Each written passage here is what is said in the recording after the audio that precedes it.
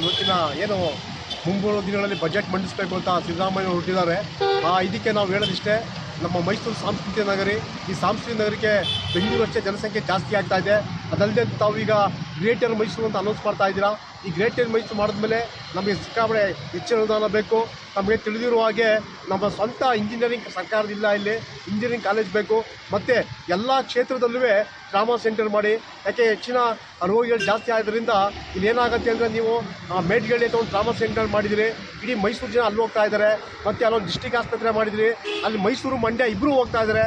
ಆದ್ದರಿಂದ ಇಲ್ಲಿ ಭಾಳ ಸಮಸ್ಯೆ ಆಗ್ತಾ ಇದೆ. ದಯವಿಟ್ಟು ಎಲ್ಲ ಕ್ಷೇತ್ರದಲ್ಲೂ ಒಂದೊಂದು ಟ್ರಾಮಾ ಸೆಂಟರ್ ಮಾಡಬೇಕು ಅಂತ ನಾನು ಕೇಳ್ಕೊತಾ ಇದ್ದೀನಿ. ಮತ್ತು ಈ ರೇಷ್ಮೆಗೆ ಹೆಚ್ಚಿನ ಅವಕಾಶ ಆದ್ಯತೆ ನೀಡಿ. ಈಗೇನು ತೀನಸಿಪುರದಲ್ಲಿ ತಾವು ಅಲ್ಲೊಂದು ಕ್ರೀಡಾಂಗಣ ಮಾಡಬೇಕು ಅಂತ ಹೊರಟಿದ್ರಿ, ಅದು ನಿಲ್ಲಿಸ್ಬಿಟ್ಟು ಅದ್ರ ಬದಲು ರೇಷ್ಮೆ ನೂಲು ತೆಗೆಯುವಂಥ ಕೆಲಸಗಳಾಗಲಿ, ಮತ್ತು ನಮ್ಮ ಮೈಸೂರು ನಂಜನಗೂಡು ರಸಬಾಳೆ ಆಗಿರ್ಬೋದು, ಮತ್ತು ಮೈಸೂರು ಉತ್ಪನ್ನಗಳಾಗಿರ್ಬೋದು, ಅವಕ್ಕೆಲ್ಲ ಹೆಚ್ಚಿನ ಆದ್ಯತೆ ನೀಡಬೇಕು. ಮುಂದೆ ದಸರಾ ಬರುತ್ತೆ, ಈ ದೃಷ್ಟಿಯಿಂದ ತಾವು ಬಜೆಟ್ನಲ್ಲಿ ಹೆಚ್ಚಿಗೆ ಅನುದಾನವನ್ನು ಬಿಡುಗಡೆ ಮಾಡಬೇಕು ಅಂತೇಳಿ ನಾನು ತಮ್ಮಲ್ಲಿ ಕೇಳ್ಕೊತಾ ಇದ್ದೀನಿ. ಬಾರಿ ಬಡ್ಜೆಟ್ನಲ್ಲಿ ಮಾನ್ಯ ಮುಖ್ಯಮಂತ್ರಿಗಳು ಪ್ರವಾಸೋದ್ಯಮ ದೃಷ್ಟಿಯಿಂದ ಅರಮನೆ ನಗರಿ ಮೈಸೂರಿಗೆ ಹೆಚ್ಚಿನ ಆದ್ಯತೆಯನ್ನು ಕೊಡಬೇಕು ಅಂತ ನಾವು ಕೇಳ್ಕೊತಾ ಇದ್ದೀವಿ. ಜೊತೆಗೆ ಭಾಳ ವರ್ಷಗಳ ಬೇಡಿಕೆ ಇರತಕ್ಕಂಥ ಟ್ರಾಮಾ ಸೆಂಟರ್ ಮೈಸೂರಲ್ಲಿಲ್ಲ. ಜಯದೇವ ಇವತ್ತು ಪ್ರಾರಂಭವಾಗಿ ಅನೇಕ ಹೃದಯ ರೋಗಿಗಳಿಗೆ ಅನುಕೂಲ ಆಗಿದೆ. ಅದೇ ರೀತಿ ಇವತ್ತು ಟ್ರಾಮಾ ಸೆಂಟರ್ನ ಪ್ರಾರಂಭ ಮಾಡುವ ಮೂಲಕ ನಿಮ್ಮಾಸ್ಕೆಯನ್ನು ಹೋಗ್ತಾ ಇದ್ರು, ಅದು ತಪ್ಪುತ್ತೆ. ಜೊತೆಗೆ ಇದರ ಪ್ರಾರಂಭ ಮಾಡೋದ್ರಿಂದ ಮಂಡ್ಯ ಆಗಿರ್ಬೋದು, ಚಾಮರಾಜನಗರ ಆಗಿರ್ಬೋದು, ಮೈಸೂರು ಆಗಿರ್ಬೋದು, ನೀರು ಕೂಡ ಅನುಕೂಲ ಆಗುತ್ತೆ. ಇದರ ಜೊತೆಗೆ ಹೊಸ ನೀರಾವರಿ ಯೋಜನೆಗಳಾಗಿರ್ಬೋದು, ಕುಡಿಯುವ ನೀರಿನ ಯೋಜನೆ ಆಗಿರ್ಬೋದು, ಹಾಗೂ ಬೆಂಗಳೂರಿನ ಮಹತ್ವಾಕಾಂಕ್ಷೆ ನೀರಿನ ಯೋಜನೆ ಒಂದಾದಂಥ ಮೇಕೆದಾಟು ಕುಡಿಯುವ ನೀರಿನ ಯೋಜನೆಯನ್ನು ಪ್ರಸ್ತಾಪ ಆಗಿದೆ. ಇನ್ನೂ ಕೂಡ ಅದು ಕಾರ್ಯರೂಪಕ್ಕೆ ಬರಲಿಲ್ಲ. ಅದ್ರ ಬಗ್ಗೆ ಹೆಚ್ಚಿನ ಆದ್ಯತೆ ಕೊಡಬೇಕು ಅಂತೇಳಿ ನಾವು ಕೇಳ್ಕೊತಾ ಇದ್ದೀವಿ.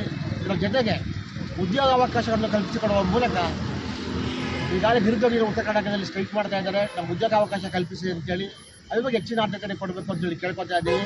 ಇದರ ಜೊತೆಗೆ ಮತ್ತು ವಿಪರ್ಯಾಸ ಏನು ಅಂತ ಹೇಳಿದ್ರೆ, ಇವತ್ತು ಇಂಥ ಬಡ್ಜೆಟ್ ಸಮಯದಲ್ಲೇ ಇವತ್ತು ನಮ್ಮ ಜವಾಬ್ದಾರಿ ತಗೊಂಡು ಶಾಸಕರುಗಳು ವಿದೇಶಿ ಪ್ರವಾಸ ಏನು ಕೈಗೊಂಡಿದ್ದಾರೆ ಅದನ್ನು ಖಂಡಿಸ್ತಾ ಇದ್ದೀವಿ. ಯಾಕೆ ಅಂತ ಕೇಳಿದ್ರೆ, ಯಾವುದೇ ಬಡ್ಜೆಟ್ ಮಂಡಿಸಬೇಕು ಅಂತ ಕೇಳಿದ್ರೆ ಆ ವರ್ಷದ ಒಂದು ಆಯಾಯ ಖರ್ಚುಗಳನ್ನು ಅನುದಾನ ಪ್ರಸ್ತಾಪ ಮಾಡ್ತಿದ್ದ ಸಮಯದಲ್ಲೇ ನಮ್ಮ ಶಾಸಕರು ವಿದೇಶಕ್ಕೆ ಹೋಗಿದ್ದಾರೆ ಅಂತ ಕೇಳಿದ್ರೆ ಎಷ್ಟರ ಮಟ್ಟಿಗೆ ಅವ್ರಿಗೆ ಜವಾಬ್ದಾರಿ ಇದೆ. ಇಂಥ ಗೆಲ್ಲಿಸಿದ್ರೆ ನಮಗೇನು ಪ್ರಯೋಜನ ಅಂತಕ್ಕಂಥ ನಾವು ಅರ್ಥಮಾಲಕನ ಮಾಡ್ಕೊಳ್ತಾ ನಾವು ಮುಖ್ಯಮಂತ್ರಿಗಳು ಈ ಬಾರಿಯಾದರೂ ಕೂಡ ಹೆಚ್ಚಿನ ಅನುದಾನವನ್ನು ಕೊಡುವ ಮೂಲಕ ಅಭಿವೃದ್ಧಿಗೆ ಕೈ ಜೋಡಿಸಬೇಕು ಅಂತೇಳಿ ಕೇಳ್ಕೊಳ್ತಾರೆ. ಉದ್ಯೋಗಾವಕಾಶವನ್ನು ನೀಡಬೇಕು. ಈ ಬಾರಿ ಬಜೆಟ್ನಲ್ಲಿ ಹೊಸ ನೀರಾವರಿ ಯೋಜನೆಗಳನ್ನು ನೀಡಬೇಕು. ಈ ಬಾರಿ ಬಜೆಟ್ನಲ್ಲಿ ಹೊಸ ನೀರಾವರಿ ಯೋಜನೆ ಜಾರಿಯಾಗಬೇಕು. ಈ ಬಾರಿ ಬಜೆಟ್ನಲ್ಲಿ ಆರೋಗ್ಯಕ್ಕೆ ಹೆಚ್ಚಿನ ಸ್ಥಾನವನ್ನು ನೀಡಬೇಕು. ಈ ಬಾರಿ ಬಜೆಟ್ನಲ್ಲಿ ಆರೋಗ್ಯಕ್ಕೆ ಹೆಚ್ಚಿನ ಸ್ಥಾನವನ್ನು ನೀಡಬೇಕು. ಅರಮನೆ ನಗರಿ ಮೈಸೂರಿನಲ್ಲಿ ಡ್ರಾಮಾ ಸೆಂಟರ್ ಅನ್ನು ನೀಡಬೇಕು. ಅರಮನೆ ನಗರಿ ಮೈಸೂರಿನಲ್ಲಿ ಡ್ರಾಮಾ ಸೆಂಟರ್ ಅನ್ನು ನೀಡಬೇಕು. ಅರಮನೆ ನಗರಿ ಮೈಸೂರಿನಲ್ಲಿ ಡ್ರಾಮಾ ಸೆಂಟರ್ ಅನ್ನು ನೀಡಬೇಕು.